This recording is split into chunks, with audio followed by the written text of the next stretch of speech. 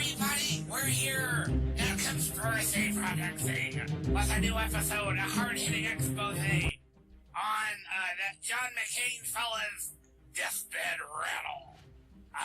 Apparently he said some stuff and things, and maybe he doesn't know where he is, maybe he thinks he's a pretty little girl. I don't know. With it, we're reporting is Tyler and Slappy. Guys, fellas, level listening. Hello there, Stuff Fair. How are you this evening? Tyler, great, just what have you heard? Well, apparently John McCain on his deathbed admitted that he gave the dossier to the FBI. And basically that is completely... Now what dossier would that be, Tyler? The Russian dossier, the one that everybody says Hillary Clinton paid for, but clearly it was John McCain that started paying for it. No, I'm sorry. Tyler had his facts completely screwed up. He gave the dossier on how to crash a plane the correct way in the Navy. And looking good while doing it, and by staying at the Hanoi Hilton. It's just a beautiful place to stay. I mean, it's all facts. He did stay at the Hanoi Hilton. He was a horrible pilot. His dad was rich. His family was basically all in the Navy. They got him in the plane, and guy crashed planes for a living until he got into the government and decided to crash governments for a living. Idiot. Now, are we going to talk about his capture? Well, he was a POW, wasn't he? Yes, he was a POW. It was this great. And you know what? I bet John McCain, when he was in captivity, if you want to call it captivity, was more like a butt buggler. Did they ever find about... that Pal Mia fella?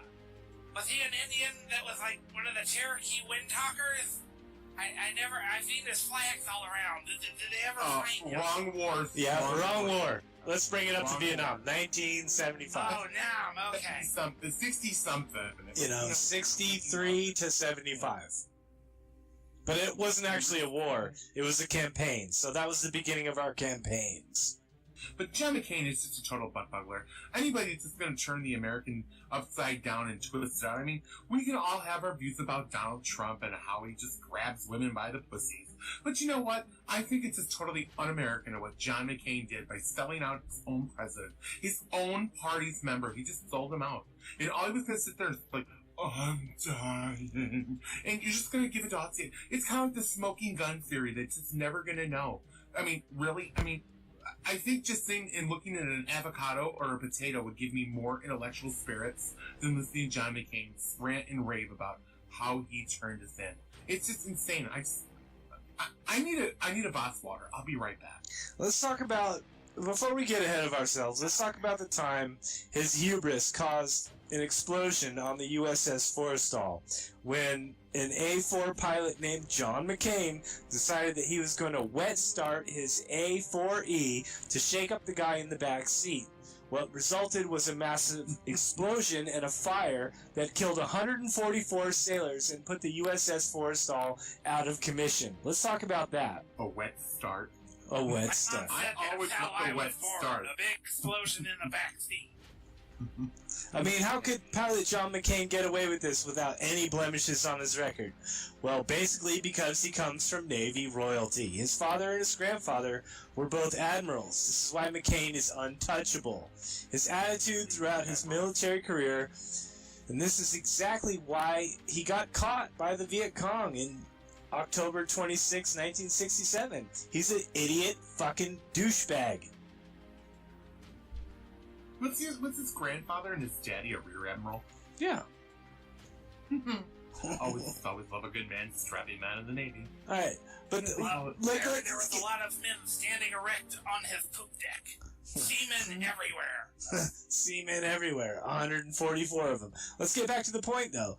This is the same guy that caused the Russian conspiracy bullshit that we've been talking about for the last 2 years. It's never gonna end. In the sense that John McCain would just sell out our president again, and sell out our brave nation, our own military people. He's selling them down, and he being former military, and comes from the great state of Arizona. I haven't figured out what's so great about it, other when California falls in the ocean, Arizona now comes a beach. But I mean, it has plenty of sand, but it's just appalling. It's just completely appalling. It's completely fabulous. It wasn't until August of 2016 when researchers in the National Archives noticed a mislabeled recording while researching declassified files from the CIA. When the researchers listened, they were shocked to discover that it was the unknown Tokyo Rose broadcast by John McCain. The recording was aired over Viet Cong Airways over propaganda video. This video alone should have been the end of McCain's career and a legacy, but for whatever reason, no one in the media has bothered to cover this unearthed video. That's right, you heard it here first, people. Maybe a link. Check down below. I mean, that video clearly shows John McCain is a traitorous son of a bitch. Cut out. If Miss Cleo was alive, she would definitely, she'd use her psychic bubble in it. She would let us know. Nostradamus kind of. He's on his deathbed right now, so. Yeah. Who do you think he's talking to? His little scrambled little warped mind. Is he, thinking about, little Charlie's running around and what's John McCain think?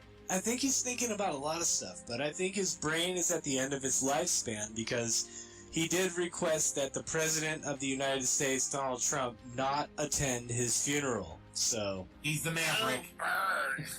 Total He's a maverick. Or Trumpy. Just get invited to all the best parties. Yeah.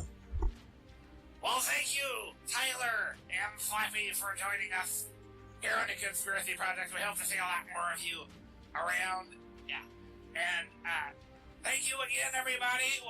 Do you have any final words? I do, actually. I just wanted to say that I'm glad that John McCain is on his deathbed. I'm glad he's got brain cancer, and I'm glad he's dying. Because he's a fucking piece of shit, and he needs to die, and it couldn't have happened sooner. Fluffy, your closing thoughts.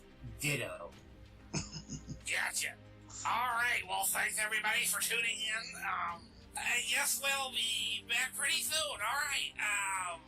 See you next time on the Conspiracy Project thing.